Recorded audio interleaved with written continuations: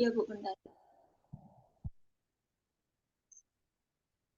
Assalamualaikum warahmatullahi wabarakatuh. Waalaikumsalam warahmatullahi wabarakatuh. Waalaikumsalam warahmatullahi wabarakatuh. Di sini kelompok kami akan membahas tentang landasan Maqasid ekonomi syariah. dan maqasid al-syariah. Maqasid al-syariah adalah konsep yang fokus pada tujuan utama hukum Islam, yaitu untuk melindungi dan meningkatkan kesejahteraan umum manusia. Tujuan utama maqasid syariah adalah menjaga 5 aspek pokok, yaitu agama, jiwa, akal, keturunan, dan harta benda. Konsep ini membuka jalan untuk ijtihad atau analogi dan penalaran dalam menghadapi situasi baru agar prinsip-prinsip syariah dapat diterapkan dengan bijaksana.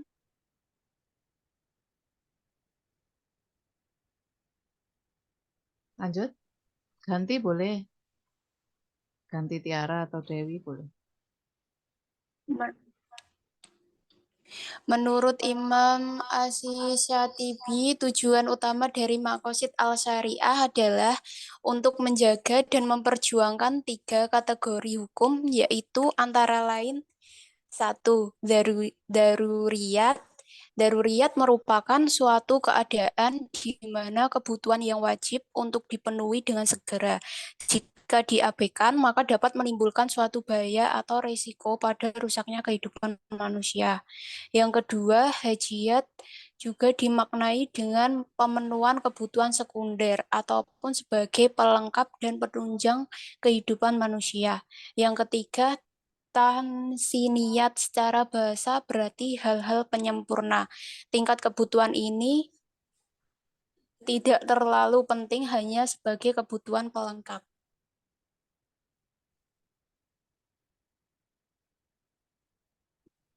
Prinsip-prinsip dalam ekonomi Islam. 1. Prinsip tauhid atau keimanan. Yang kedua, prinsip adil keadilan. Yang ketiga, prinsip nubuah kenabian. Yang keempat, prinsip khilafah pemerintahan. Yang kelima, prinsip ma'at, yaitu hasil.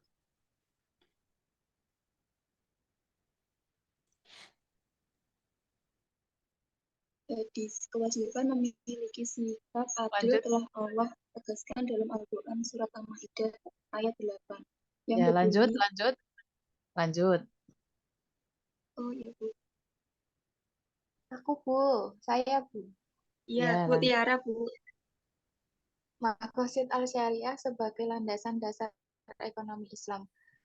Melalui Maqasid al-Syariah, seluruh aspek kehidupan sudah termuat dalam syariah Islam, yakni agama, jiwa, akal, kebutuhan, keturunan, harta benda.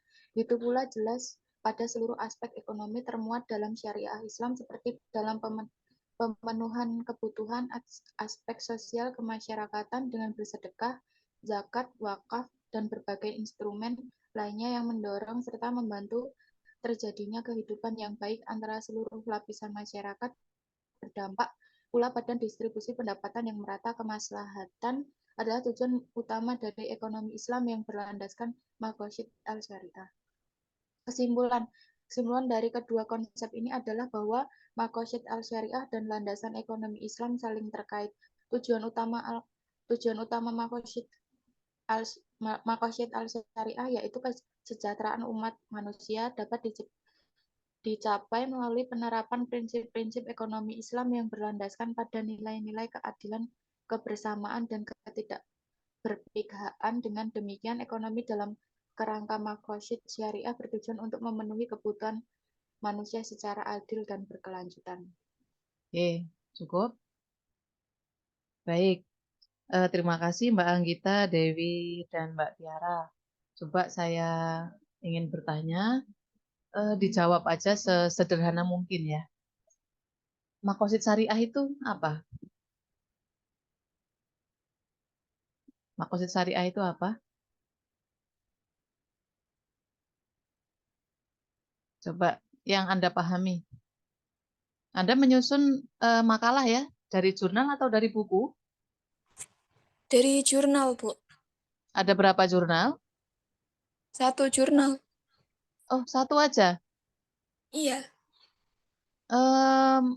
tidak boleh ya, teman-teman yang lain untuk pertemuan berikutnya. 2 jurnal itu Tapi minimal. tapi yang satu ada dari referensi buku, Bu. Oh, buku. Ya, ya. Ya udah nggak apa-apa. Jadi jangan hanya Iya. satu aja ya. Nah, ada Iya, buku, Bu. ada jurnal. Kalau bisa jurnalnya 2 gitu kalau bisa. Bukunya 1. Iya. Oke. Boleh disampaikan? Sudah bagus ya. Jadi Maqasid Syariah ini memang pembahasannya itu pada Imam Asy-Syatibi ini. Imam Asy-Syatibi. Ya, udah bagus. Oke, coba dijawab.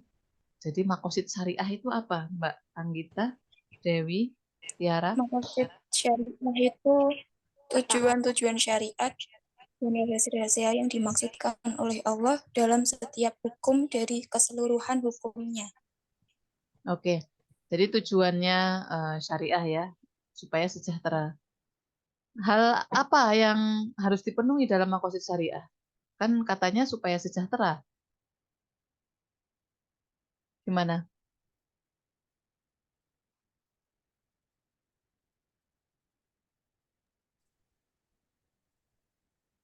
Gimana, Bu? Kira-kira apa?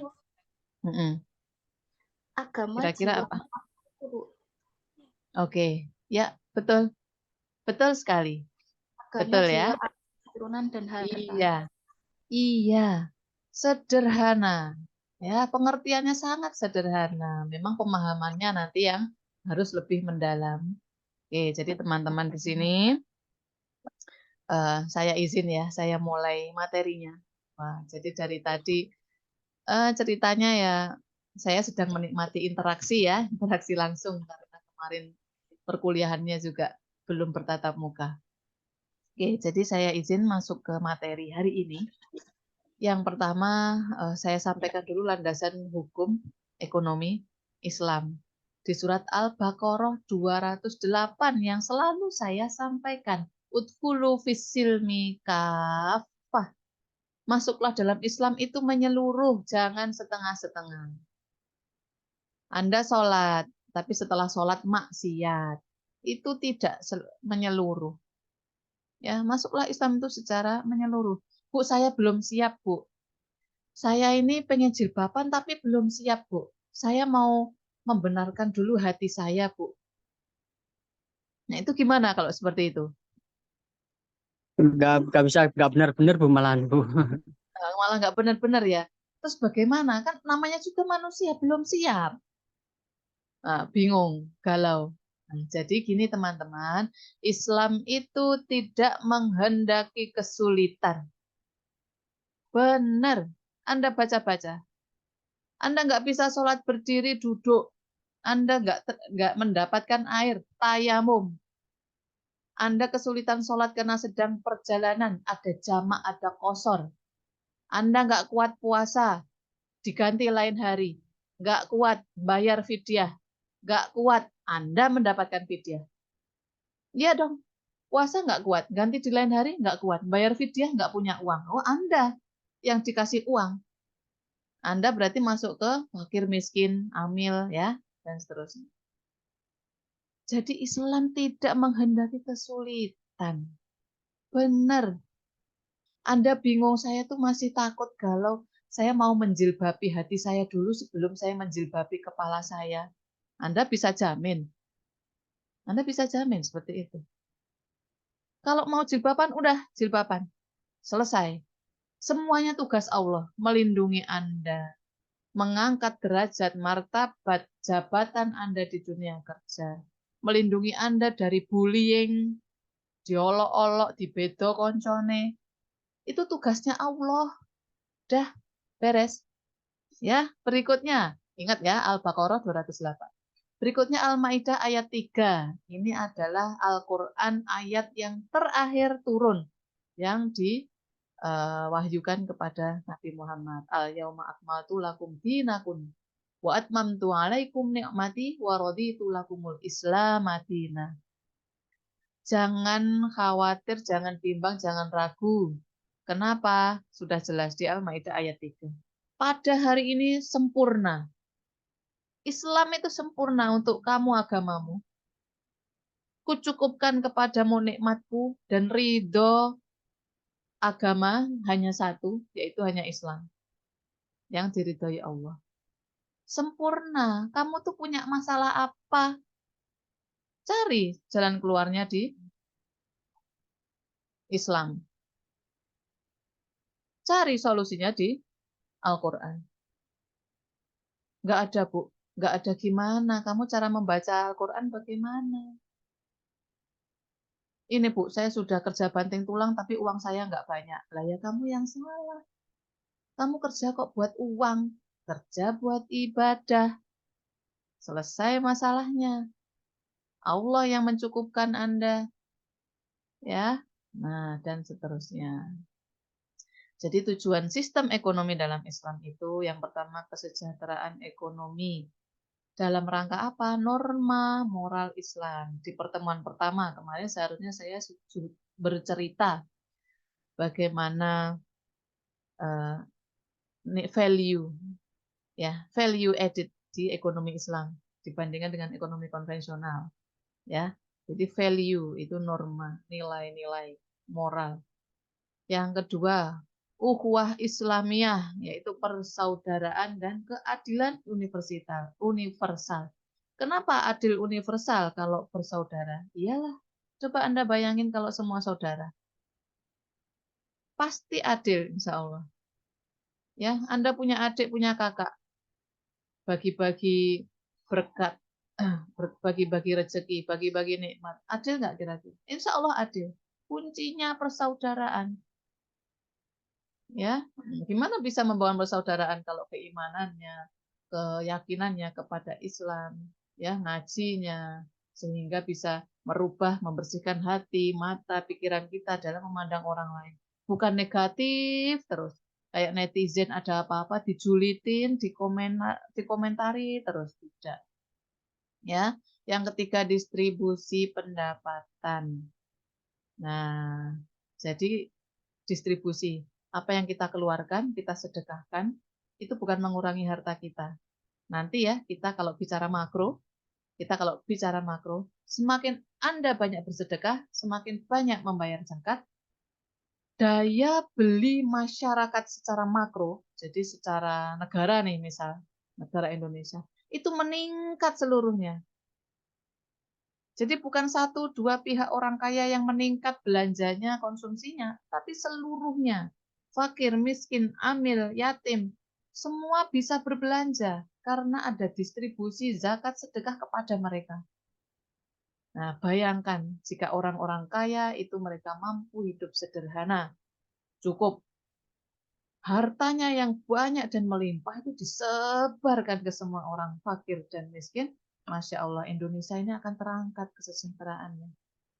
Ya, kemiskinan, kemudian kesenjangan antara yang mampu dan tidak mampu itu semakin sempit. Beres masalah ekonomi.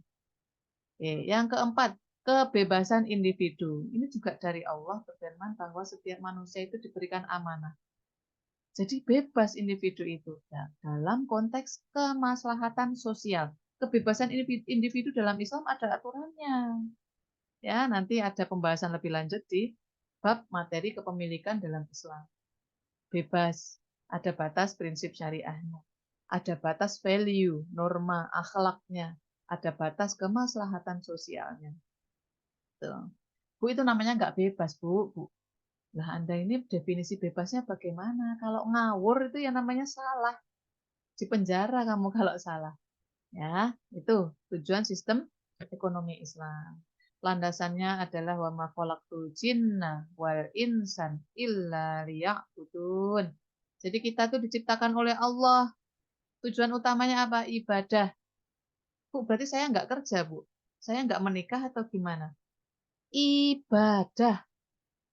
Kalau Anda kuliah, niatkan ibadah. Anda bekerja, niatkan ibadah. Ya, inama a'malu biniat. Semua dari niat.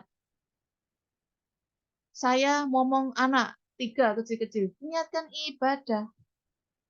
Beli sandal, harganya lumayan, niatkan ibadah biar jalannya itu nyaman buat ke masjid.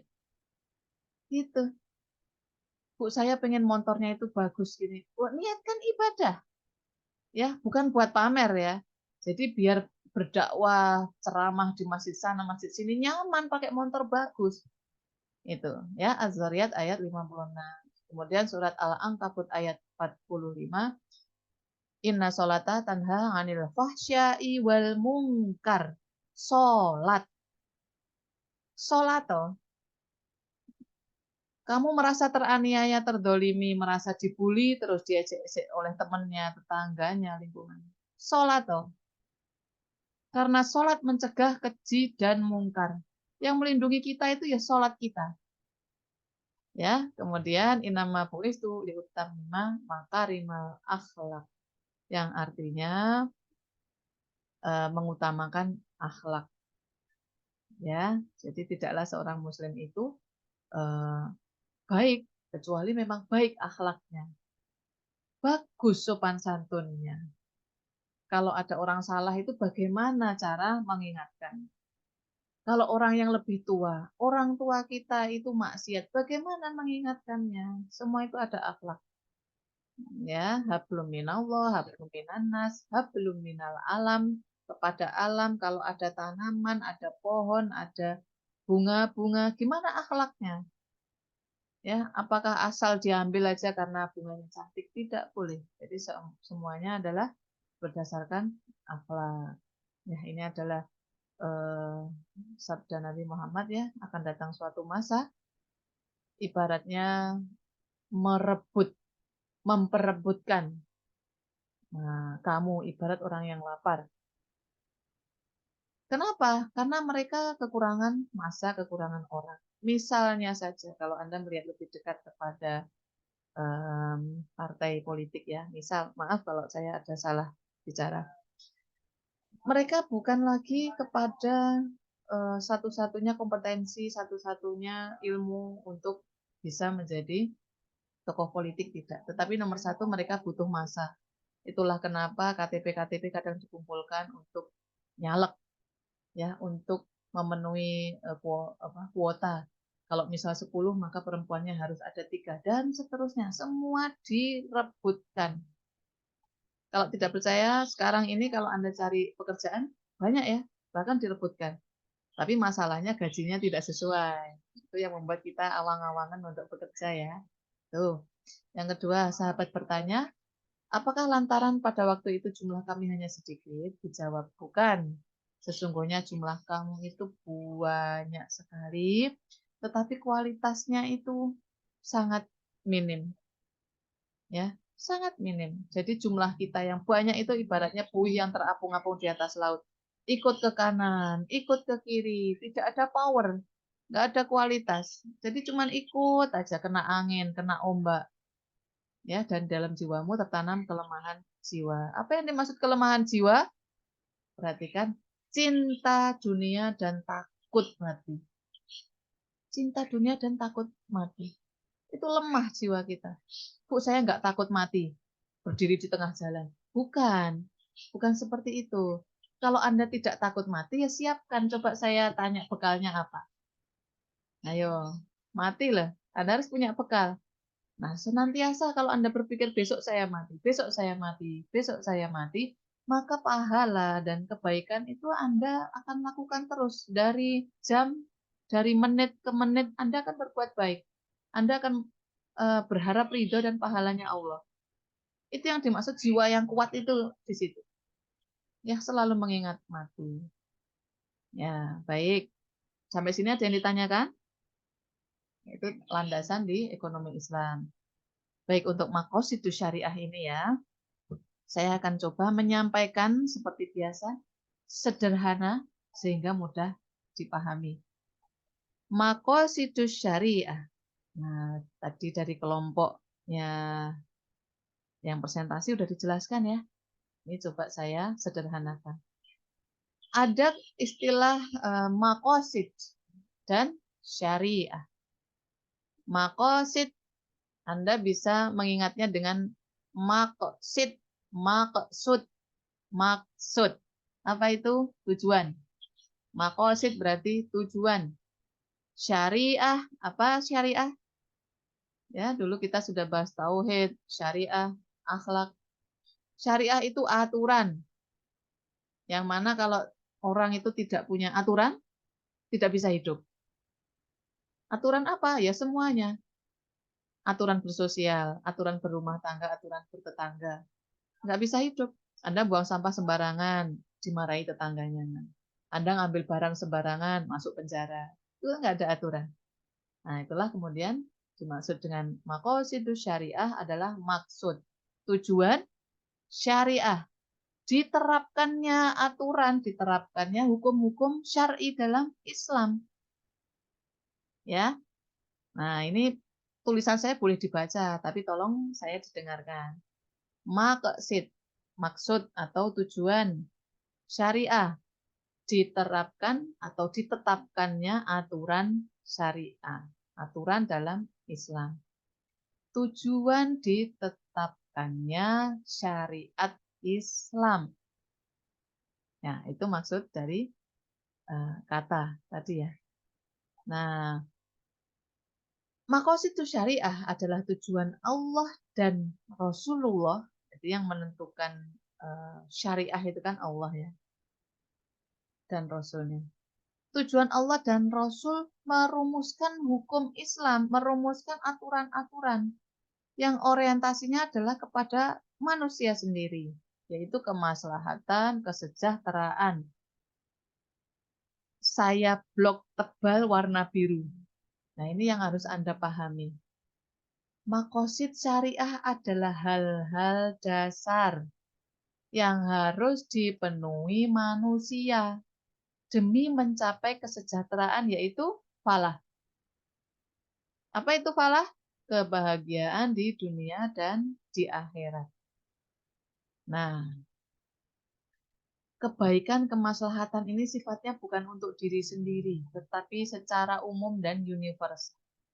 Jadi kalau kita bicara maslahat, itu berarti bicara umat. Ya, saya ulangi. Maqasid syariah adalah hal dasar yang harus dipenuhi manusia demi mencapai falah atau kebahagiaan dunia dan akhirat. Sebelumnya kita sudah membahas falah ya. Falah. Nah, sudah ingat? Jadi bahagia itu bukan hanya di dunia. Hidup kaya raya, matinya masuk neraka. Ya, tidak. Tapi kita inginnya itu bahagia di dunia dan di akhirat. Rabbana atina fid dunya hasanah wa fil akhirati hasanah. Dunia itu hasan. Kita dapat kebaikan di dunia, dapat kebaikan di akhirat. Itulah kebahagiaan yang sejati. Itu ya. Jadi demi mencapai falah, yaitu kebahagiaan dunia dan akhirat. Nah, pertanyaan berikutnya, hal dasar yang harus dipenuhi. Nah, apa saja hal dasar yang harus dipenuhi ini? Ada yang sifatnya pokok, yaitu daruriyat. Ada yang sifatnya sekunder, yaitu hajiyat. Ada yang sifatnya tersier, tahsiniyat. Ya, daruriyat itu darurat, hajiyat itu sebagai pelengkap supaya terhindar dari kesulitan. Ya, motor misalnya, zaman Rasul tidak ada motor. Nah, tetapi kesulitan sekarang Anda kalau nggak punya motor. Nah, itu boleh. Jadi sebagai kebutuhan pelengkap. Yang ketiga, tersier atau tahsiniyat, kebutuhan yang mewah. Ya, boleh, tetapi dengan ukuran tertentu, tidak berlebihan dan tidak penting-penting amat. Nah, jadi dasar hal-hal dasar yang harus dipenuhi manusia supaya mencapai falah. Kalau bicara dasar, maka kita akan bicara doruriyat, hal dasar. Apa saja? Ada 5. Tidak boleh terbalik. Ya, 5 ini sudah urut. Hifzuddin, memelihara agama. Itu yang pertama. Hifzul akal, memelihara akal. Ya, biar waras, biar pinter, pendidikan, pelatihan. Nah, hifzul nasl, ya, memelihara jiwa. Nah, hifzun nafs, memelihara keturunan, keluarga, family, ya. Dan yang terakhir, hifzul mal, yaitu memelihara harta. Yang kelima ini terakhir ya, harta itu. Jangan kebalik. Jadi ketiga hal tersebut di atas, doruriyat, hajiyat, tahsiniyat, itu dijabarkan kembali oleh Adiwarman Karim pada 5 hal yang merupakan pemeliharaan dasar supaya manusia sejahtera, supaya manusia mencapai maslahah. Bagaimana penjelasan dari pemeliharaan agama, akal, ya, agama, akal, jiwa, keturunan dan keluarga, kemudian harta. Nah, ini bisa Anda baca sendiri ya. Penjelasan yang akan saya berikan yaitu memelihara agama itu adalah kebutuhan yang paling utama. Contoh paling gampang, jika Anda bekerja atau jika Anda berkeluarga, ya. Nah, bagaimana kebutuhan dasar terhadap agama ini? Anda menikah berdasarkan apa? Cantik? Kaya? Oh, tidak. Kalau bisa berdasarkan agama dulu. Anda bekerja, yang pertama agama dulu. Kalau laki-laki, di tempat kerja Anda, boleh nggak izin sholat 5 waktu? Ada nggak musolanya? Bersih nggak? Sholat Jumat untuk laki-laki, wajib. Diizinkan apa tidak? Simple.